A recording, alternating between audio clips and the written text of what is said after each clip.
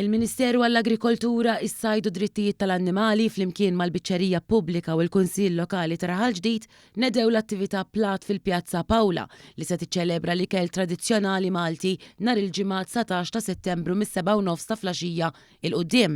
Fl-attività se jiġu promossi l-prodotti provduti mill-bdiewa u r-raħala Maltin blan li jkomplu jogħla l-valur tal-ikel Malti u prattiċi kulinarji u gastronomiċi li wieħed jista' jibda jaddotta fil-futur.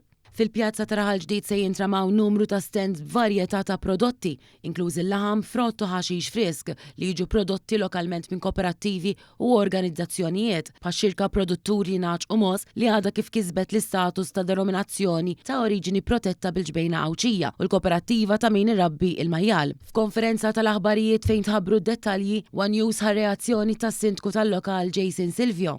Lan warajja huwa li nkomplu nippromovu l-ikel Malti.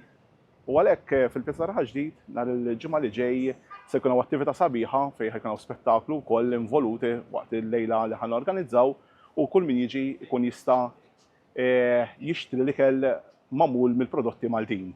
Il-Ministru responsabbli tkellem dwar l-importanza ta' din l-attività, inkluż biex is-settur tant kruċjali għall-għejxin tal-poplu jibqa' wieħed sostenibbli.